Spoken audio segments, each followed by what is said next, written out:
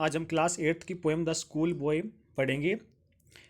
ये कविता William Blake द्वारा लिखी गई है और इस कविता में एक ऐसे बच्चे की व्यथा बताई गई है जो प्रकृति से प्यार करता है, लेकिन उसे ज़बरदस्ती स्कूल में की चारदीवारी में बैठना पड़ता है, यानी कि क्लासरूम में बैठना पड़ता है। वह बच्चा सुबह पक्षियों के साथ चहकना चाहता है, लेकिन स्कूल में एक क्रूर आँख के नीचे उनका सारा उत्साह खत्म हो जाता है। क्रूर आँख से मतलब है कोई खड़ूस टीचर, उसको देखकर उनका सारा उत्साह खत्म हो जाता है। आगे कवि कहते हैं कि जैसे एक पक्षी पिंजरे में नहीं गा सकता और एक मुरझाया हुआ पौधा फल नहीं दे सकता, वैसे ही डर और अनुशासन के साए में एक बच्चा अपना बचपन और खुशी खो देता है।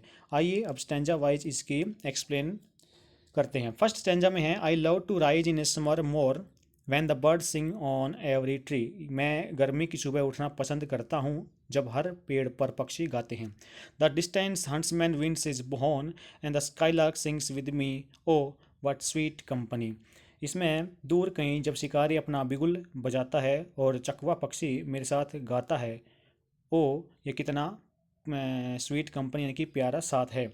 नेक्स्ट स्टेंजा में कहा है, हंट्समैन मीन्स होता है शिकारी और स्काईलार्क जो पक्षी गाता है यानी कि चकवा पक्षी। नेक्स्ट स्टेंजा है, but to go to school in summer morn, O it drives all joy away. लेकिन गर्मी की सुबह स्कूल जाना, ओ ये सारी खुशी छीन लेता है। अंडर ए क्रूल आई आउट वोन, और एक क्रूर और सख्त शिक्षक की निगरानी में। The little ones spend the day it sighing and dismay, और उस क्रूर शिक्षक की निगरानी में छोटे बच्चे अपना पूरा दिन आहें भरते और निराशा में और बिताते हैं अपना पूरा दिन। एक बोरिंग टीचर के उसमें हमें बिताना पड़ता है। थर्ड स्टैंजा है, that at times I drooping sit and spend many an एग्जियंस हावर।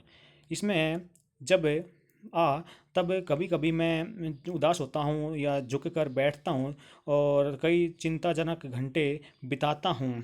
नोर in my book can I take delight, nor sit in learning bower worn thrown with the dreary shore. तो जब मैं उदास होकर क्लासरूम में बैठता हूँ, कई चिंताजनक घंटे मैं बिताता हूँ, तो न तो मुझे अपनी किताबों में कोई आनंद इंटरेस्ट मिलता है और न ही मैं पढ़ाई में अपना मन लगा पाता हूँ। मैं शिक्षक के उबाऊ व्याख्यानों से, उनके एक्सप्लेन से, उनसे बोरिंग बातों से थक गया हूँ या थक जाता हूँ। नेक्स्ट स्टेंजा फोर्थ में कहते हैं, how can the bird that is born for joy sit in a cage and sing. यानी कि वह पक्षी जो खुशी के लिए पैदा हुआ हो, जो जॉय करने के लिए पैदा हुआ हो, पिंजरे में बैठकर कैसे गा सकता है। How can a child when fears annoy, यानी कि इसमें एक बच्चा जिसे डर सताता हो वह कैसे पढ़ सकता है, कैसे खुश रह सकता है। But droops his tender wing and forget his youthful spring.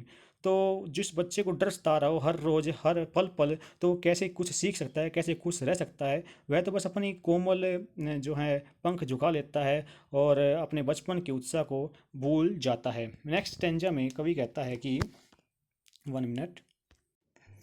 Oh, father and mother, it buds and are nipped and blossoms blow away.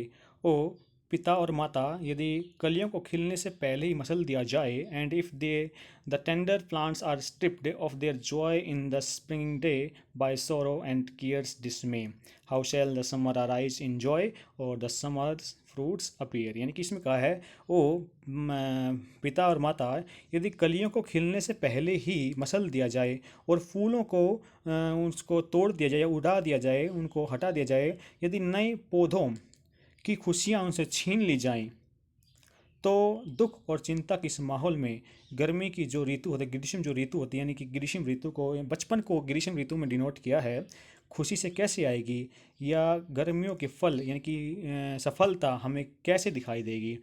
Thank you very much.